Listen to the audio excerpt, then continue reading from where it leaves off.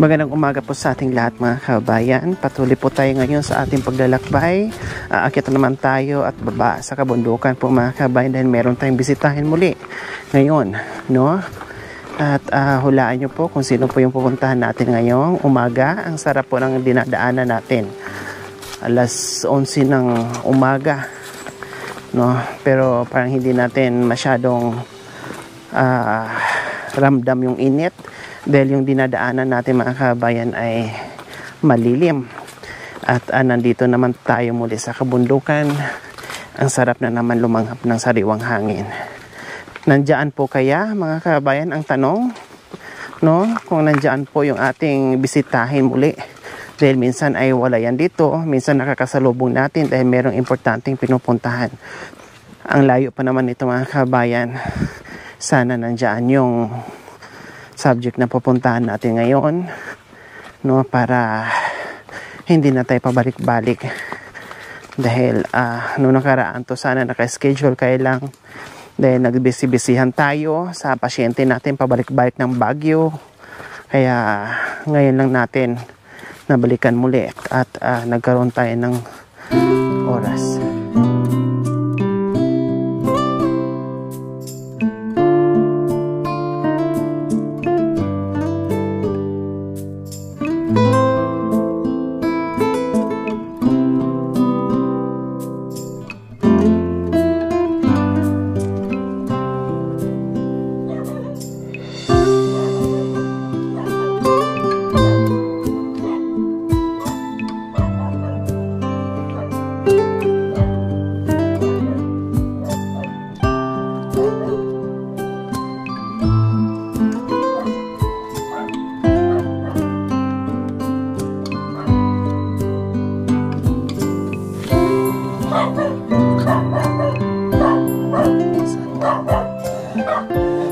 Tao po.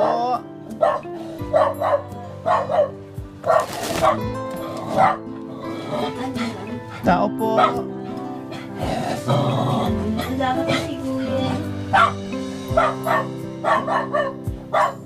Akala ko walang tao. Hi, good morning.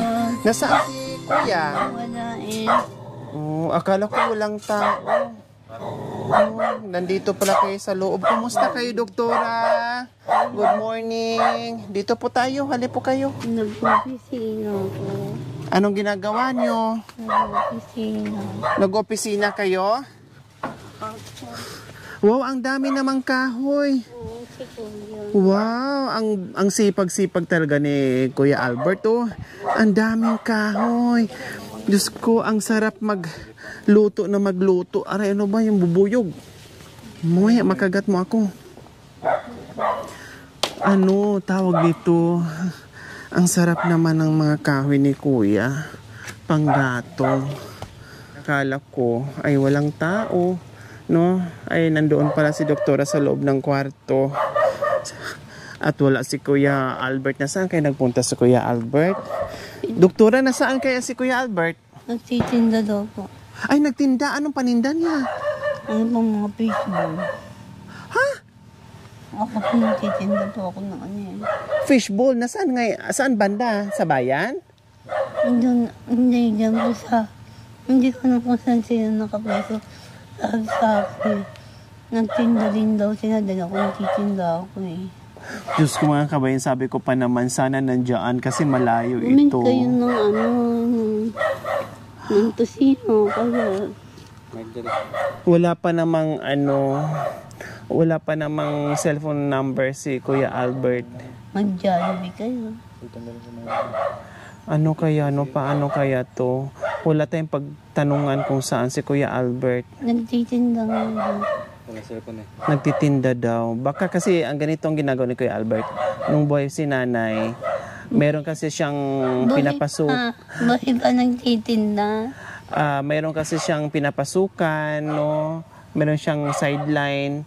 Ngayon, na sila na lang dalawa, no? Hindi na nagsa-sideline. Siguro may meeting si Kuya Albert na sa bayan, no? Kasi minsan may meeting sila sa dito kay doktora, siya ang uma-attend, no, or kumuha ng gamot. So titinan natin, antay-antayin natin saglit no, sana uuwi agad si Kuya Albert. Dahil nung nakaraan huli natin punta ay nasa lubong natin doon sa bungad, no, kamuntikan na hindi rin natin madatnan. So ngayon medyo tanghali na kasi yung dating namin, kaya hindi natin naabutan.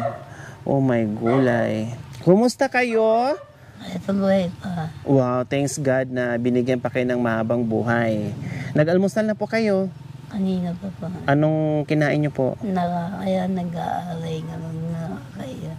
Yan na, saging ng ganay. Wow, nilaga po? Saging. Wow. Tapos mamayang tanghalian, nakaluto na po kayo. Opo. Anong ulam mamayang tanghalian? May ganin dyan na mag-aana daw sina.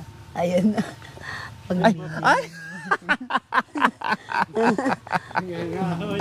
Ay, buti na lang. Nag-alala ako Kuya Albert. Ayun, Kasi sabi niya, nag-fishbowl na kayo nagtinda na ng fishbowl at mga hotdog, tosino. Sabi ko, paano namin hahanapin kung saan yun naglalako? Nagulat naman ako, bigla kayong sumulpot dyan, may daladalang kahoy. Nag-iipon. Ay, Diyos ko, bote na lang doktora nandito. At umuwi ka agad. Ay, salamat. O, dito kayo. Bakit may kasal ba? May handaan ba? May birthday ba? Para pag tag-ulan, marami akong kahoy na. Akala ko ikakasal na kayo. Hindi pa. Malabo na yun. Matanda na. Alay ko. Natawa tuloy si doktora na sa Galing na kami ng Bagyo. Kailan? Noong 17. Wow. So, kumusta naman ang check-up ni Okay doktora? naman. Ang balik namin, Feb 16 na. Kasi pinuntahan mo ng pinuntahan yung RHU. After 3 months ng namin. Yung balik. Oo, balik. Ayun. Buti naman. Bakit natagalan daw yung pagbalik ng Baguio? Anong sabi ng taga-RHU? Yung driver kasi, nagkasala doon sa schedule. Namali. Mali siya. Dapat nung June 5. Sala, naging July, yung niya, akala niya July, June 5 yung schedule. Oh, namali yung driver. Kaya nakaligtaan yung tamang schedule. Hindi bali, at least napunta nyo na nung 17. So, anong result ng check-up? Anong sabi ng doktor? Okay naman. Okay naman. Tapos, nabigyan siya ng gamot doon? Ay, wala pa. Na-injikan? Na-injikan na. Na-injikan naman. So, ang gamot niya, okay naman, tapos na-injikan naman. After 3 months yung follow-up check-up. Follow-up na. Oh, di ba? Ang puti ni Kuya Albert, no, kita dito sa kabundukan, suot ng suot kung saan-saan, ang puputi nila. No, may tao talaga. Sabi ko parang mayroon yatang kako nararamdaman ko. Saan po kay banda bundok? Doon pa, bandang taas. Narinig mo siguro yung ingay ko at tahol ng aso. Oo. Kako may bisita yan. Kasi kahol ng kahol eh. Pero walang akong narinig. Kasi parang hindi nagsasalita si doktora eh. Siguro sa kako natulog siguro. Siya kanina nang malis ako. Hindi niya alam na hindi ako nakapagsabi sa kanya na nangahoy ako. Meron pala siyang pinapakinggan na nakikinig pala ito ng drama. Anong klaseng drama? What's the Sky?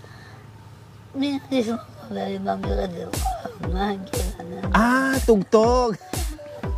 Wow. Anong klaseng drama? Ano bang drama na yan na pinapakinggan niyo? Ten. Sa DCRH. Tapos ano nangyari doon sa drama?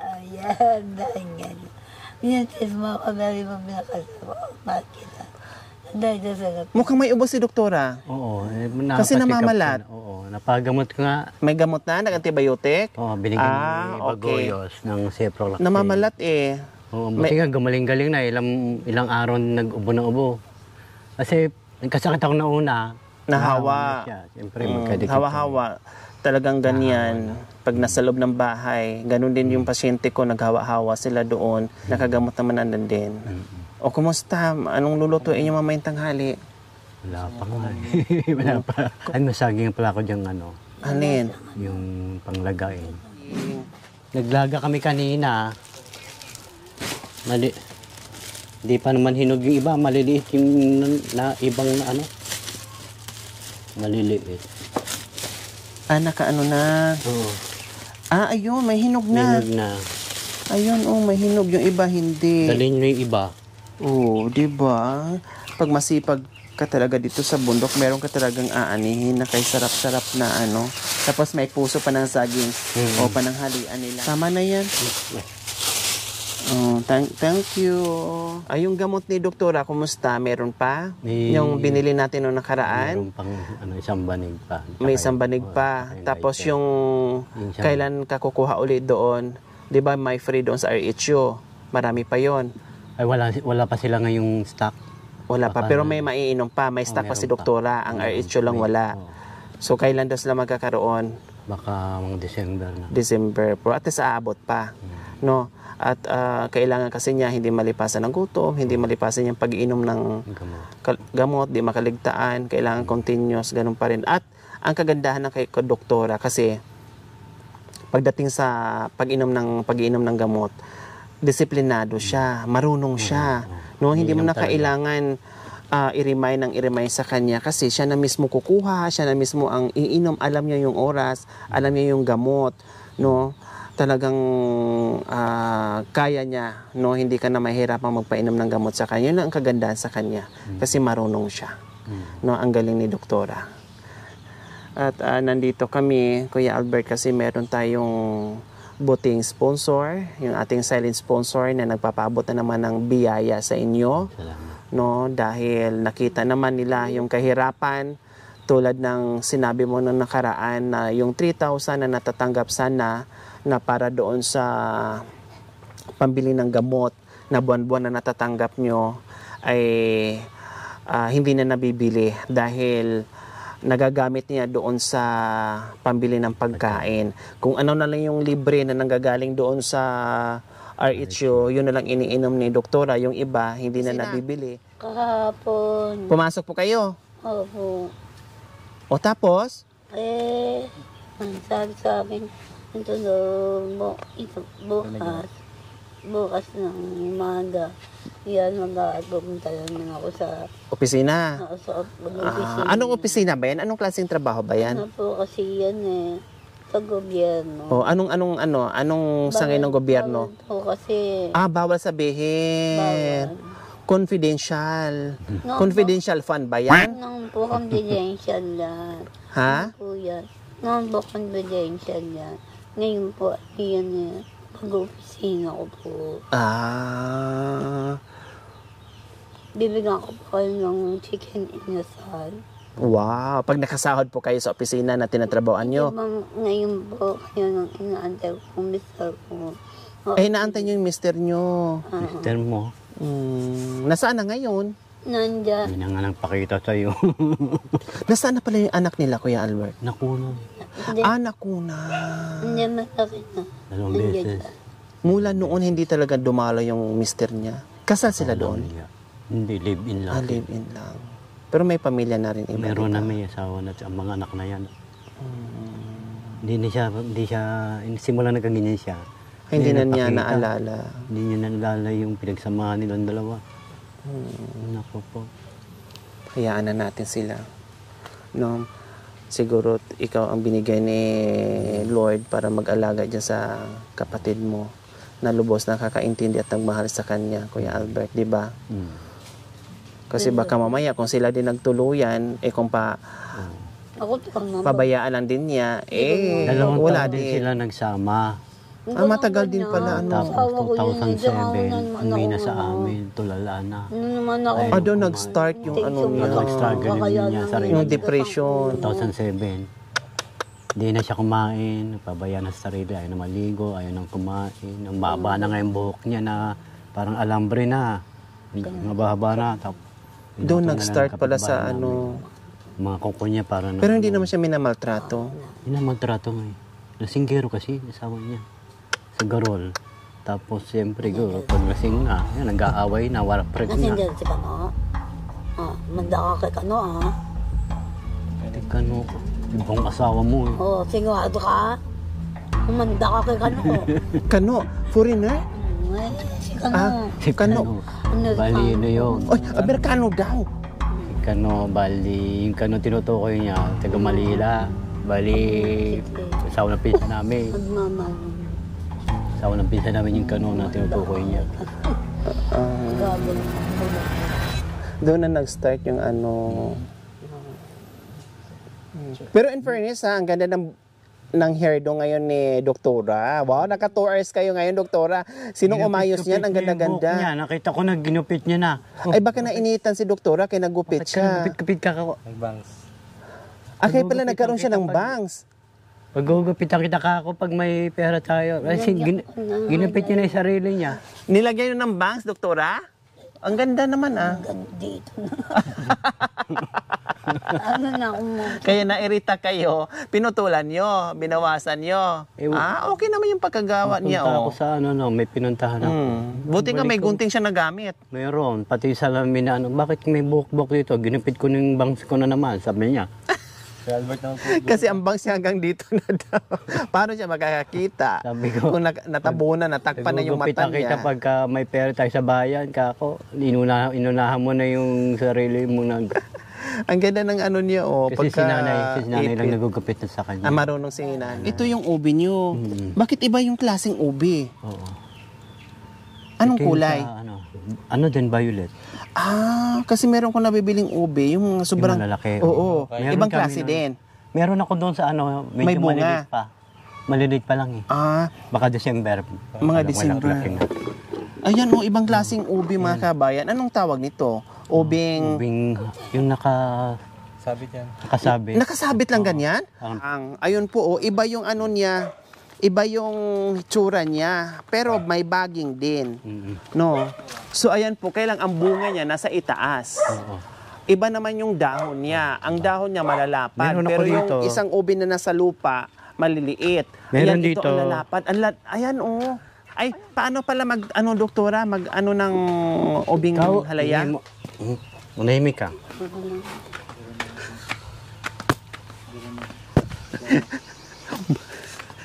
May masungit ngayon si Doktora, sabi, tinuro na nga eh.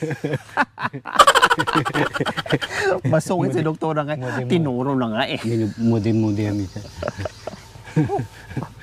Aray ko. Dead ba yun? Noong nakaraan, tinuruan ako na paano magluto ng, anong tinuro sa akin noon?